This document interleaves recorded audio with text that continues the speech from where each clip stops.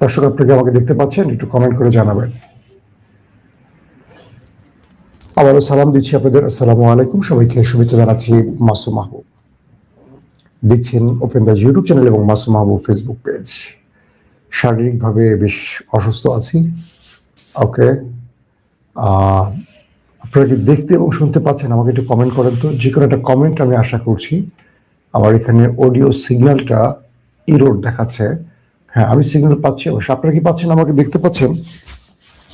দর্শক, আমি আজকে ইরান প্রসঙ্গে আপনাদের অনেকগুলো তথ্য দেবো, কারণ ইরানে যে কোনো সময় মার্কিনের একটা যুদ্ধ পরিস্থিতি তৈরি করেছে। সেই আলোকে আজকে খবরগুলো দিতে চাই। তবে কিছু ইতিহাস থেকে শুরু করতে চাই আজকের, যে দখলদার শক্তি কেন মুসলিম বিশ্বের উপর একটার পর একটা অভিযান চালাচ্ছে। প্রথমে প্যালেস্টাইন, ইয়েমেন, লেবানন, এরপর ইরানকে টার্গেট করছে। তারপর তাদের নেক্সট টার্গেট কি? তো এই বিষয়গুলো চিন্তা করার আগে আপনাদের একটু, যারা হিস্টোরিক্যাল ভাবে এই বিষয়গুলো সচেতন, যারা ইতিহাস পড়েছেন, যারা জানেন যে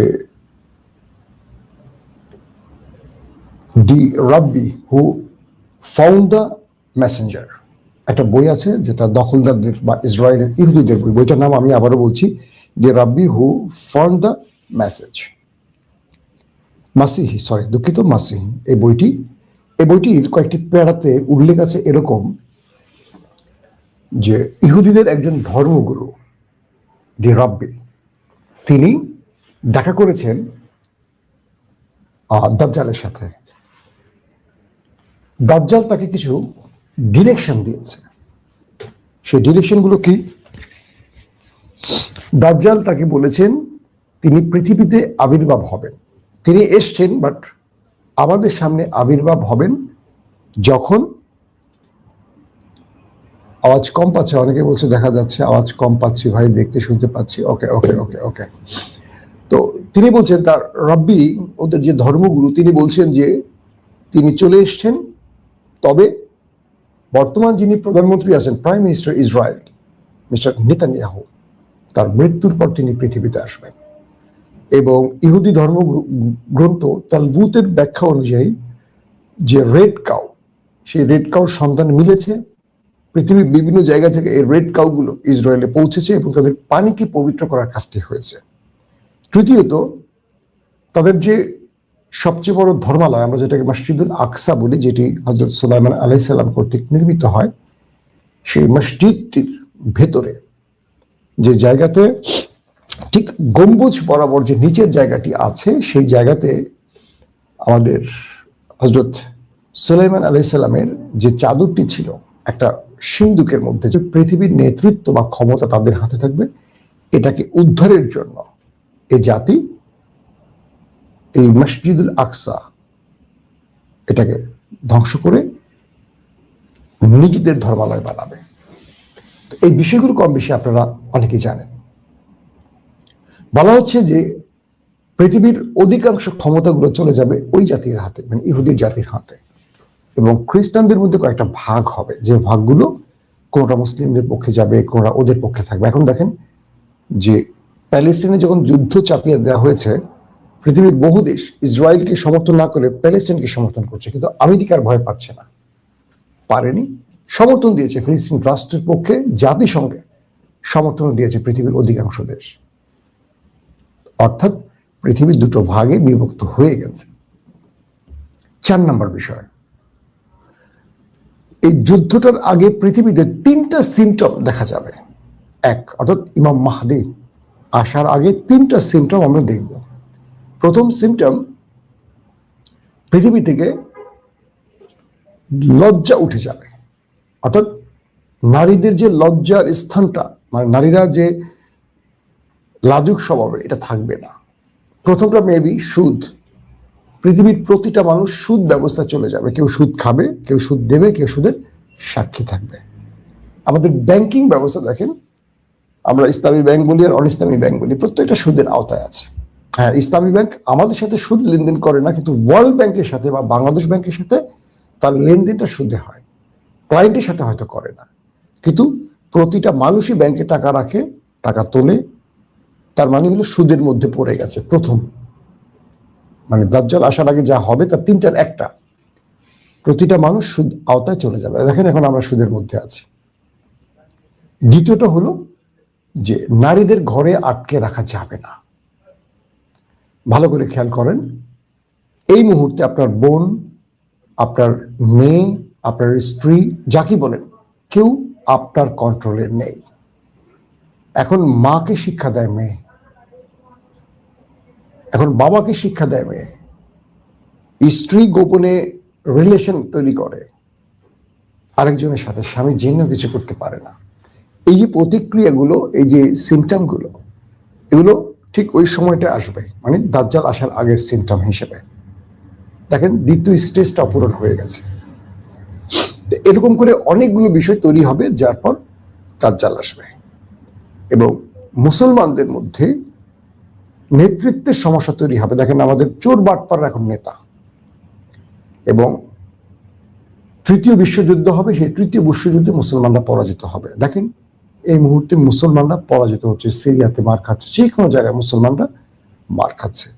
সবগুলো বিষয়কে এক করার পর দাজ্জালের আগমনের জন্য যেই বার্তাগুলো তালবুতে আছে, বা যে বইটির নাম বললাম হু ফাউন্ড দ্য মাসিহি, সেই বইটিতে এই বিষয়গুলো উল্লেখ আছে, সেই আলোকে তারা কাজ করছে।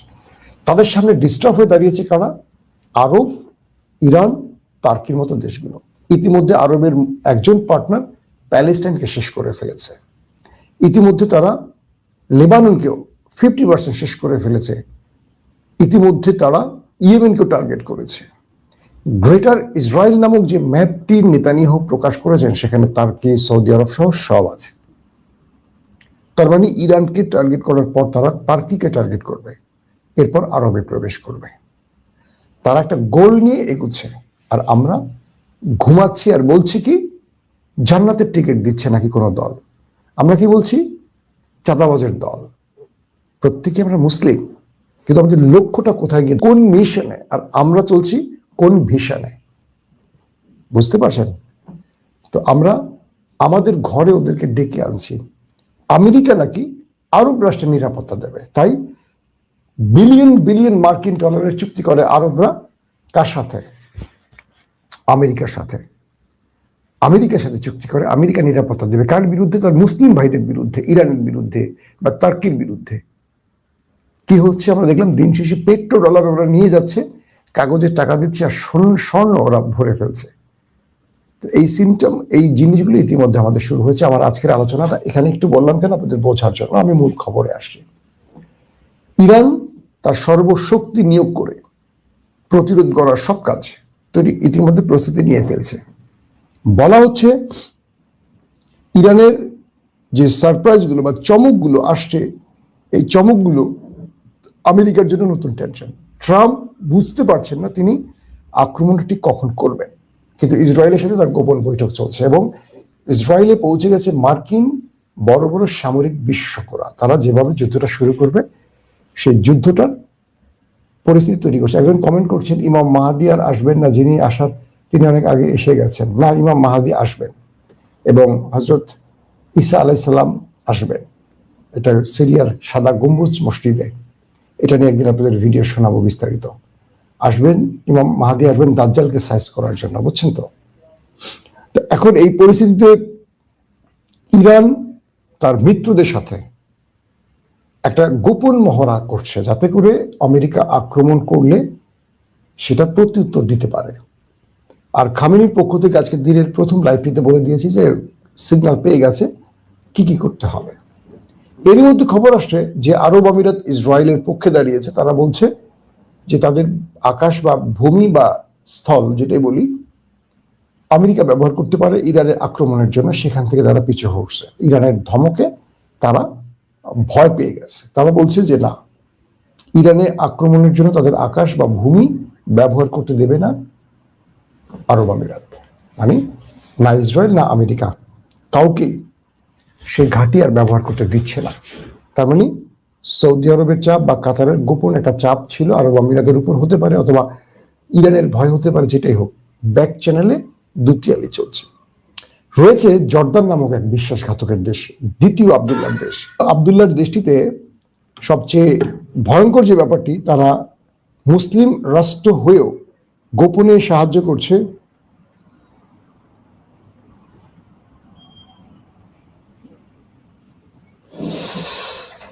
তো জর্দান যে খেলাটি খেলছে সেটি হলো তারা যে কোনো ভাবে ইসরায়েলের পক্ষ নিচ্ছে, আবার ইরানকে বোঝাচ্ছে একটা। ইরান তার ব্যাক চ্যানেলে জর্দানকে বার্তা দিয়েছে, যদি জর্দানের ভূমি কোনোভাবে ইসরায়েল ব্যবহার করতে পারে, ইরান প্রথম টার্গেটটা করবে জর্দানকে, এবং এই জর্দানকে কোনোভাবে ছাড় দেওয়া হবে না। কারণ পূর্বে 12 দিনের যুদ্ধে জর্দান ইসরায়েলের পক্ষে কাজ করেছে, প্রকাশ্যে কাজ করেছে। তো এই বিষয়গুলো ইরান তাদেরকে সতর্ক করেছে। তারপরের যে গুরুত্বপূর্ণ বিষয়টি সেটি হলো, চীন ইরানের সাথে যে বিষয়গুলোতে ওয়াদাবদ্ধ হয়েছে যে ইরান আক্রান্ত হলে যে কোনো বিষয়ে চীন ইরানকে সহযোগিতা করবে। টার্কির পক্ষ থেকে এটুকু বলা হয়েছে, তারা তাদের ইন্টেলিজেন্স সোর্সগুলো ব্যবহার করে ইরানকে যত রকম সহযোগিতা করা লাগে করবে, বাট টার্কি ব্যাক চ্যানেলে যুদ্ধটা বন্ধেরও চেষ্টা করছে। অর্থাৎ টার্কি এই মুহূর্তে মধ্যপ্রাচ্য অশান্ত করার পক্ষে নয়। তারপরের যে গুরুত্বপূর্ণ খবর সেটি হলো যে ইরানের উপর আক্রমণের বিরোধী, একদম সরাসরি বিরোধিতা করছে মার্কিন সামরিক অনেক গুরুত্বপূর্ণ হাই অফিসিয়ালরা। তারা বলছেন, আমেরিকা যদি ইরানে কোনোভাবে আক্রমণ করে বসে, সেক্ষেত্রে আইজেনহাওয়ার কিংবা আব্রাহাম লিঙ্কন, তাদের যে সবচেয়ে বড় আকাশ কি বলে এয়ারক্রাফট ক্যারিয়ার, এগুলো হুমকিতে পড়ে যাবে। ইতিমধ্যে ইরান তার ড্রোনের মাধ্যমে সেই ছবিগুলো তুলে আপলোড করেছে। মানে হলো ইরান সেই এয়ারক্রাফট ক্যারিয়ারকে টার্গেট করে তার উপরে গিয়ে দেখে আসছে, এসে সেই ছবি আপলোড দিয়েছে। তার মানে ইরান চাইলে একটা অ্যাটাক করে আসতে পারত। ইরান বলছে, তুমি আমাকে আক্রমণ করলে সমুচিত জবাব আমি দেব, আর সেই জবাবটা কি হবে একটু সিমটম দেখো। এই একটা পরিস্থিতি গেছে। আর অন্যদিকে আমেরিকা বা ডোনাল্ড ট্রাম্প, আমাদের আঙ্কেল, ভাই আমেরিকা যাবেন কারা কারা? অনেকে আমেরিকা যাবেন আমি জানি, বিয়ে শাদী হয়ে গেলে স্বামীর সাথে চলে যাবেন, আবার অনেকে আমেরিকার নাগরিকত্ব নেওয়ার জন্য বিদেশি স্বামী বিয়ে করবেন। তাদের জন্য শুভকামনা। আমেরিকা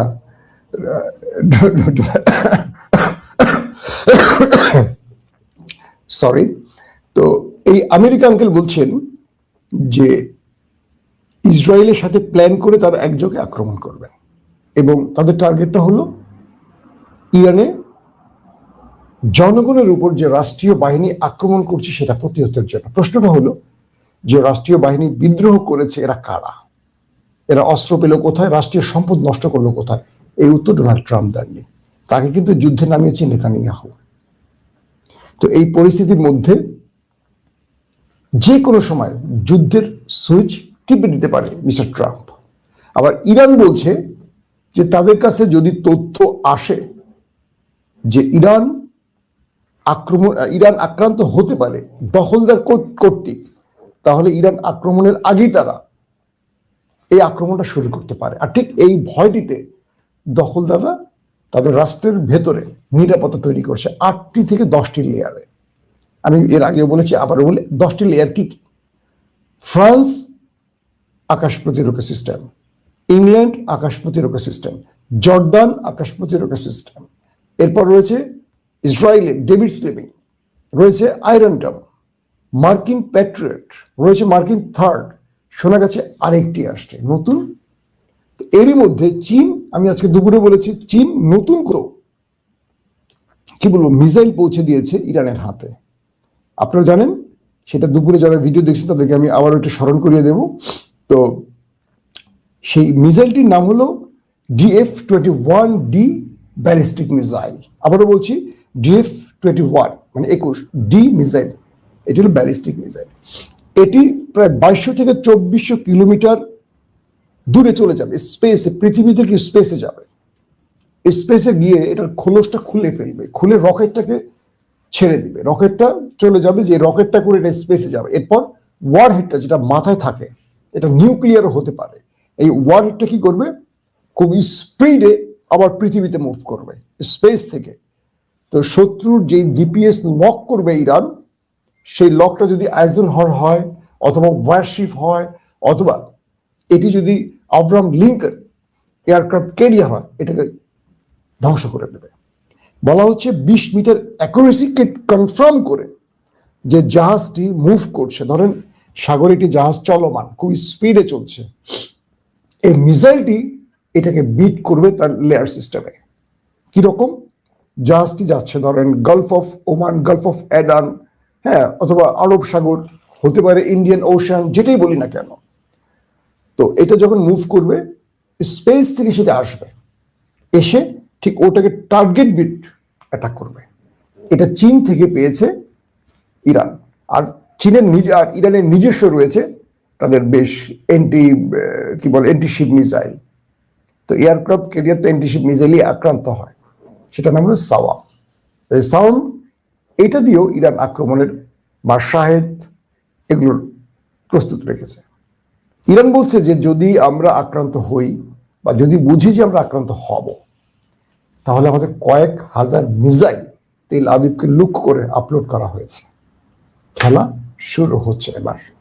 এখন দখলদারদের ইন্টেলিজেন্স, তারা পরীক্ষা নিরীক্ষা করছে যে ইরান আসলে কি অবস্থায় আছে আর কি করতে পারে। কারণ দখলদাররা আমেরিকাকে টেনে আনছে যুদ্ধে, যাতে করে একা গতবারের মতো ধোলাইটা না খায়। আমেরিকা থাকলে ধোলাইটা একটু কম খাবে, আমেরিকা তো বড় ভাই। সেই জন্য তাদেরকে ডেকে নেতানিয়াহু এই যুদ্ধের মাঠে নেমেছে। আর ইরানের কথা হলো যে আমেরিকার চেয়ে বড় শত্রু ওরা, তো ধোলাইটা যদি শুরু হয় আগে ওদেরকে বড় মাইটা দিব, পরে বড় বাইরে ধরবো। কারণ বড় বাইরে ধরার জন্য চীন রাশিয়া তো অপেক্ষা আছে। তো এই পরিস্থিতির মধ্যে দখলদাররা তাদের নেবাত্তাম বা তাদের ডিমোনা, এখান থেকে তাদের গুরুত্বপূর্ণ 35 এবং নিউক্লিয়ার যে প্রোগ্রামগুলো, এগুলো নাকি সেফ পয়েন্টে নিয়ে গেছে ইরানের হাত থেকে বাঁচার জন্য। আর ইরান বলছে তারা আরো নতুন কিছু মিসাইল শিগগিরই শত্রুকে দেখাবে, যেটি ইরান থেকে আমেরিকা যেতে পারে। তো এই পরিস্থিতির মধ্যে আজকে রাতটা খুব ক্রুশিয়াল। আল্লাহ ভালো জানে কি ঘটে। আবারও বলছি, আমরা যুদ্ধ চাই না, আমরা শান্তির পক্ষে। কিন্তু যারা যুদ্ধটা লাগাচ্ছেন তারা শান্তিটাকে নষ্ট করছেন। শেষ করব, আপনাদের কারো একটা প্রশ্ন থাকলে। একজন প্রশ্ন করছেন চট্টগ্রাম থেকে, মন খারাপ নাকি? না, মন খারাপ না, মন খুব ভালো, মন খুব ভালো। আল্লাহ হাফেজ।